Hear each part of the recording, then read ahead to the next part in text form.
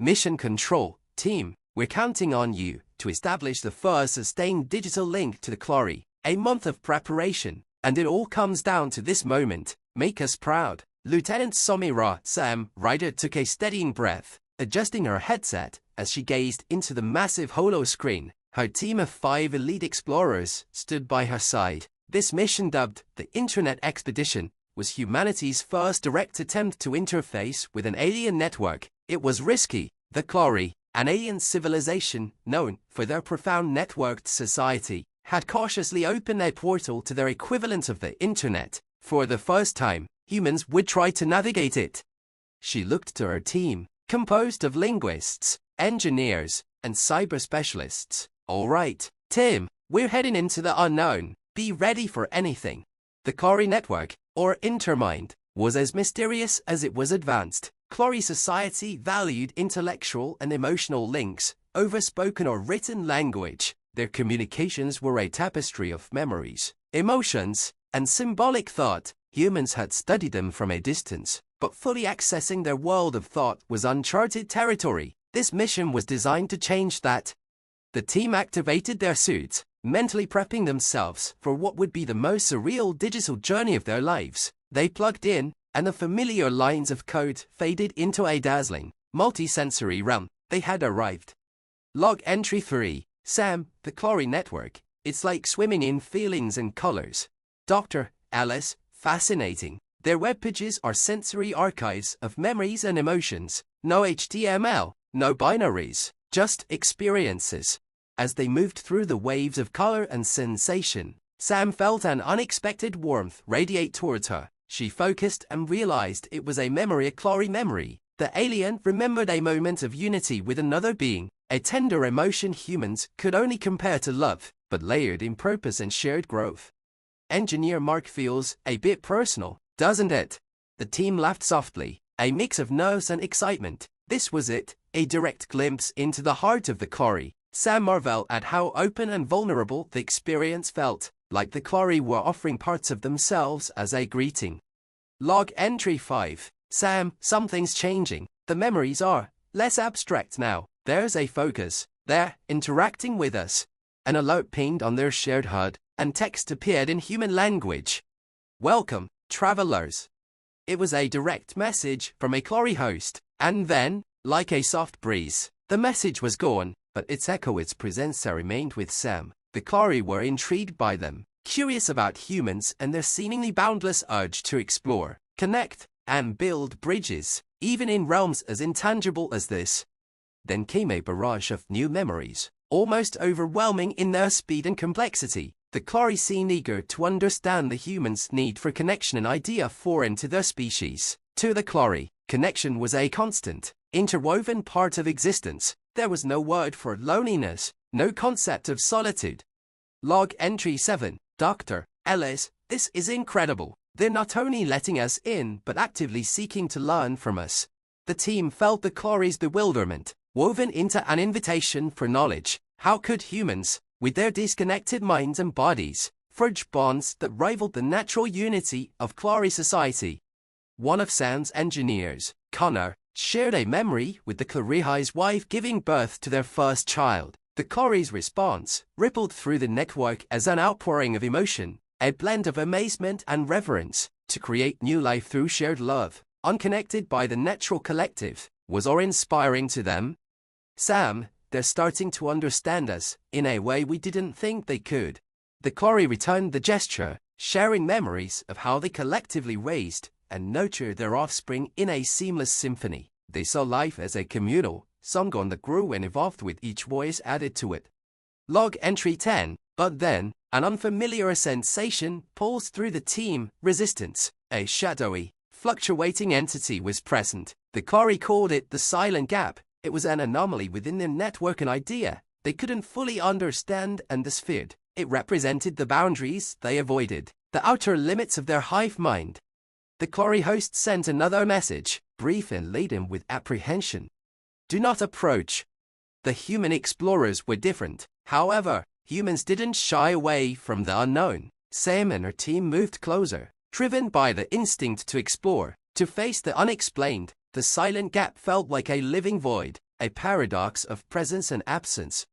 As they neared it, they saw memories drifting, as if lost ideas and emotions that seemed almost human in their rawness. It was the Clory's version of suppressed thoughts and fears. Then, unexpectedly, the gap reached out. Log entry 12. The gap was not just a place but a state of mind. Within it, they felt the essence of every Clory who had dared to question, to doubt, to dream of something different.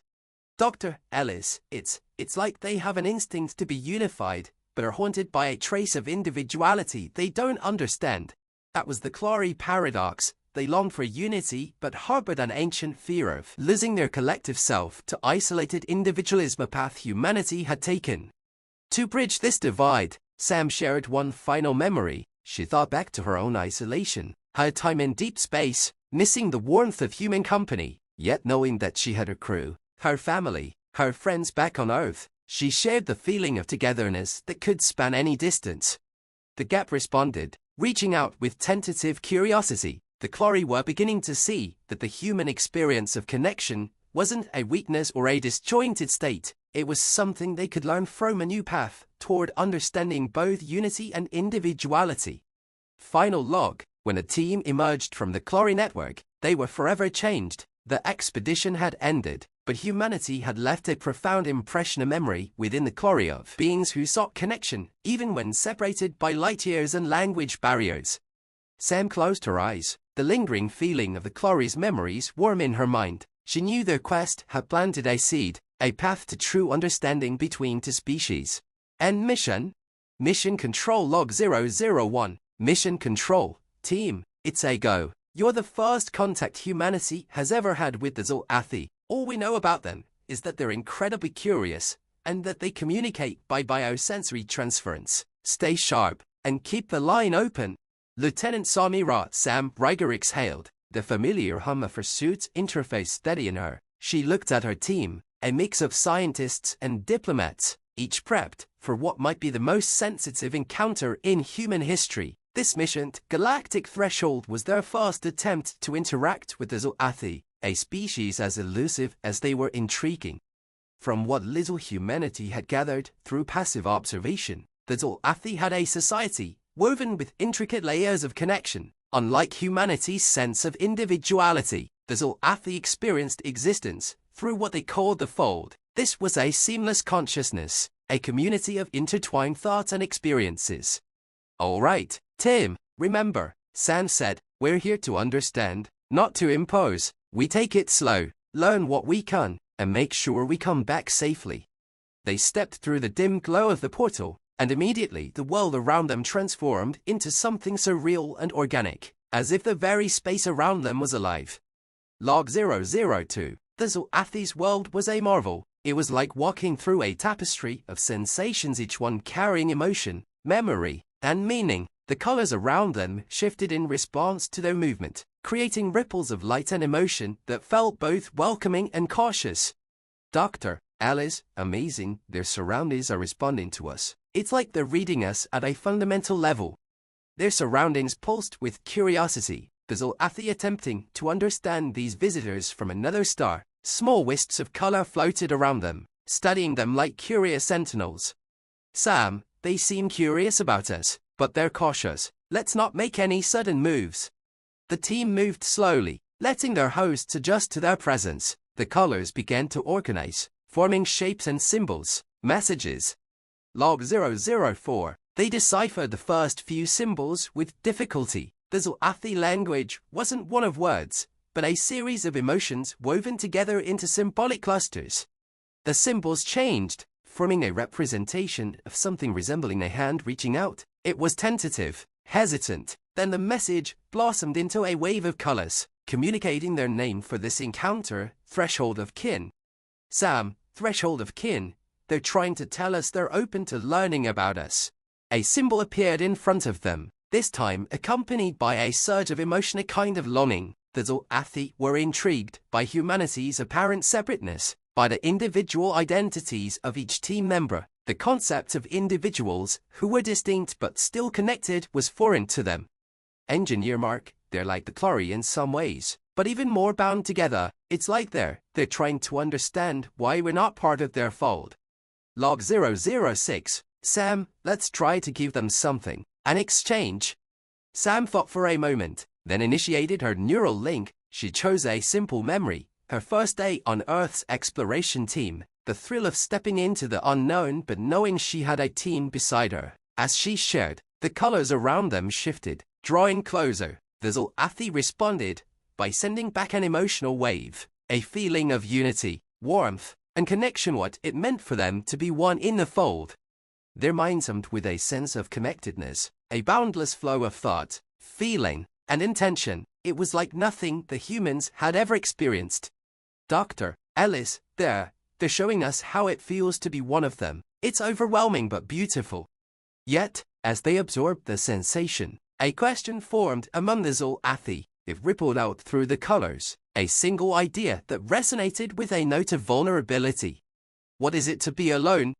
The question struck the team in a way they hadn't expected. They were experiencing a society for whom solitude was an unknown concept. The Athi were fascinated and afraid.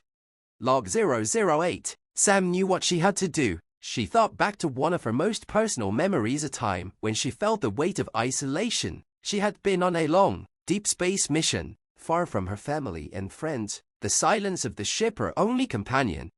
As she shared the memory, the Athi pulled back, feeling the stark contrast of separation, the ache of loneliness. For a moment, the colors dimmed, turning dark, as if struggling to process something outside their experience.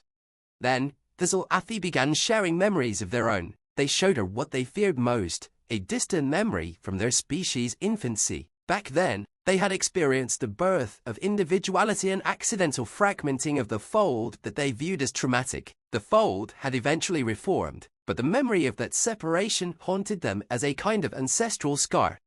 Sam, they're showing us the origin of their unity. For them, individualism is something akin to loss or death. Log 010. The colors softened, now pulsing with something that felt like gratitude. The Athi were beginning to see individuality not as an end but as a choice, an expansion of what it could mean to be connected. Sam, they're realizing that separation doesn't have to mean the end of connection.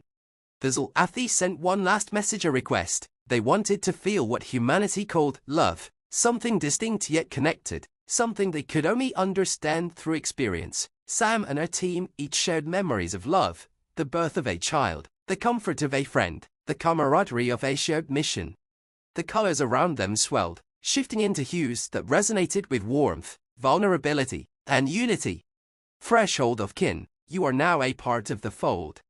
Final log, when the team stepped back through the portal, they left behind more than a memory. They had expanded the boundaries of what it meant to be connected, bridging to species with entirely different understandings of unity and individuality. Mission control, team, you've done it. Welcome back to Earth. You've crossed a threshold we never thought possible. Mission control log 001. Mission control, you're clear to proceed. Expedition Alpha. Remember, this mission isn't just about exploration, it's about understanding. You're the bridge. Lieutenant Samira Sam Ryder and her team stood on the brink of a new frontier journey to the distant homeworld of the Verith, a species whose existence was as layered and enigmatic as the data they had shared with humanity over years of cautious, remote interaction. The Verith communicated in fragments and symbols, a cryptic language of compressed visuals, sensations, and pulses. Their messages were brief, as if too much communication at once would unravel some intricate balance. The Verith existed in collective phases, coalescing into what they called the weave, and dispersing back into individual selves in cycles. For the Verith, existence was about cycling between unity and solitude, in a constant rhythm. "All right, Tim, this is what we've trained for," Sam said, her voice steady but charged with the weight of the unknown. "We're about to meet a species for whom identity is a shifting state. Let's see if we can find common ground." Log 003. The team's vessel descended onto Verith's surface, a world woven with translucent structures that pulsed in unison, as if each building and road were alive. The ground itself seemed to breathe, releasing faint waves of bioluminescent light that mirrored the Verith's presence in the weave. As the humans disembarked, A dancing Varith stood before them, flickering softly in shades of emerald and silver. Their forms were like translucent threads, woven into intricate, shifting shapes that seemed to pulse with intention. The Varith nearest to them extended a limb that glowed with a soft light, forming a symbol in the air. "Welcome, separate beings." The phrase was respectful, yet a little hesitant, as if the Varith were still grappling with the concept of beings who existed in perpetual separateness. "Sam, we come in peace, as friends, to learn, and to share." Another symbol appeared in the air before a shifting circle, encircled by threads of light. It was a question: how do you exist outside the weave? It was clear that, to the Varith, human individuality was a curiosity, perhaps even a paradox. Sam nodded to Dr. Ellis, their cultural specialist, who stepped forward, offering a memory. Through his neural link, a vision of his childhood, playing on a beach with friends, each of them separate, yet bound by shared laughter and understanding. The Varith studied the memory in silent fascination, absorbing it into their collective. A ripple of silver spread through them, as if this small glimpse had brought a new hue to the weave. They responded with a memory of their own, a time when they had disbanded into individual forms, feeling both the thrill of solitude and the discomfort of separation. "How do you live this way, always alone?" Log 006. The Varith's question resonated with the humans in a way that left them pensive. For a society that existed in cyclical togetherness, loneliness was more than a fear, it was almost a taboo. Engineer Mark, they don't understand isolation. To them, our existence would seem incomplete. Sam, it's not that simple. We need each other just as much, to just have a different way of feeling it. The Varith, sensing their thoughts, began to glow in hues of deep green, a color that represented curiosity. They formed a ring around the humans, each one humming softly in harmony, a gesture of inclusion. It was their attempt at forming what they called the threshold link, a temporary bridge that would allow the humans to experience, for a brief moment, the rhythm of their weave. Each team member felt a gentle pulse of energy flowing into them, a rhythm that resonated like a heartbeat but spread through their thoughts and senses, connecting each of them to the others in a surreal, shared consciousness. They could feel the Varith's presence within each thought, a pulsing curiosity that mixed with awe and a touch of fear. Log 009. Through the threshold link, Sam began to sense something beyond the collective hum, an undercurrent of longing, like a quiet note that blended with the weave yet kept itself hidden. She focused, and the Varith responded, opening a part of their shared memory. She saw visions of their ancestors, a time when the Varith had lived in isolation, separate beings who, over generations, had developed the weave to stave off the loneliness that plagued them. For the Varith, connection was salvation, a shield against the abyss of solitude. But this connection came with a price. Over time, individuality had faded into the background, reduced to a faint echo, something only felt in fleeting moments between phases. With humanity's arrival, the Varith were beginning to see that perhaps there was another way, that separation and connection didn't have to be mutually exclusive. Log 012. The Varith's symbols shifted, pulsing with a new question: what does it mean to love? Sam knew this was a significant question, one that reached deep into the human experience. Love was a concept beyond words, more complex than any simple connection, yet inextricably tied to the bonds humans forged in their separateness. Sam, love is a bridge. It's a bond we choose, not because we're forced to, but because we desire it. It's the link we create, even when we're separate.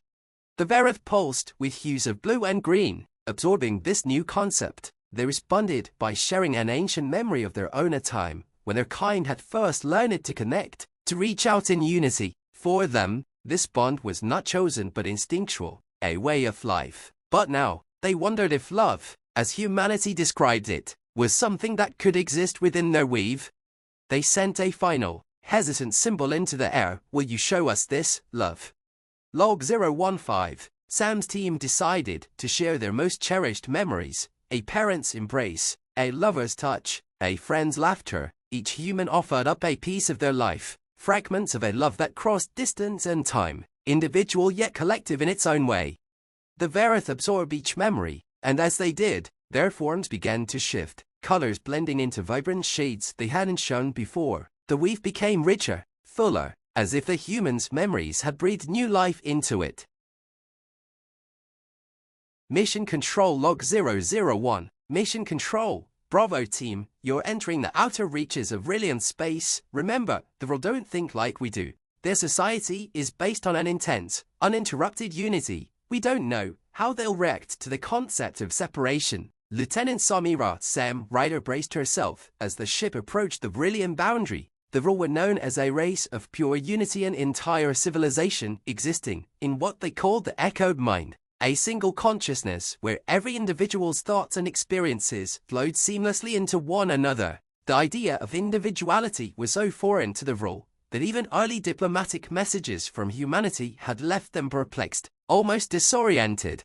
"All right, team," Sam said, "we're here to understand them, but more than that, we're here to show them there's more than one way to exist. Keep open minds and be ready for anything."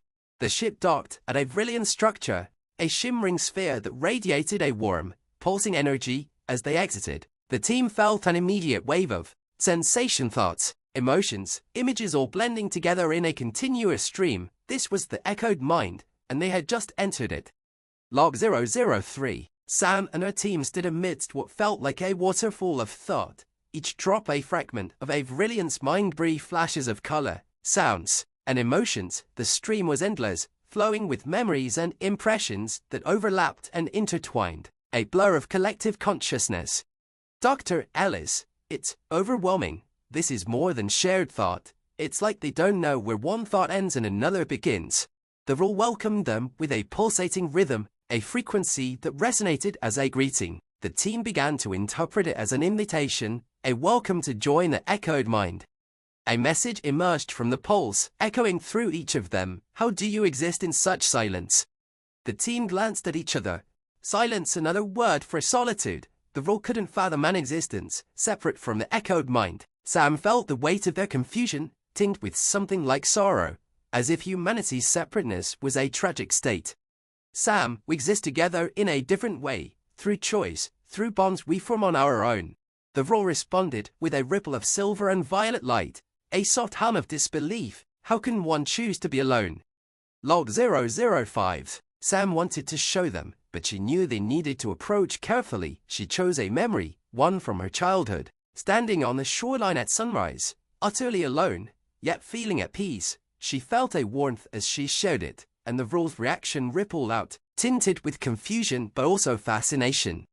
The Vril responded by sharing a memory of their own, a scene of countless Vrillians standing in unison beneath their twin suns, their minds connected in complete, uninterrupted communion. To them, this was the essence of joy, an existence bound so tightly to others that individuality simply dissolved.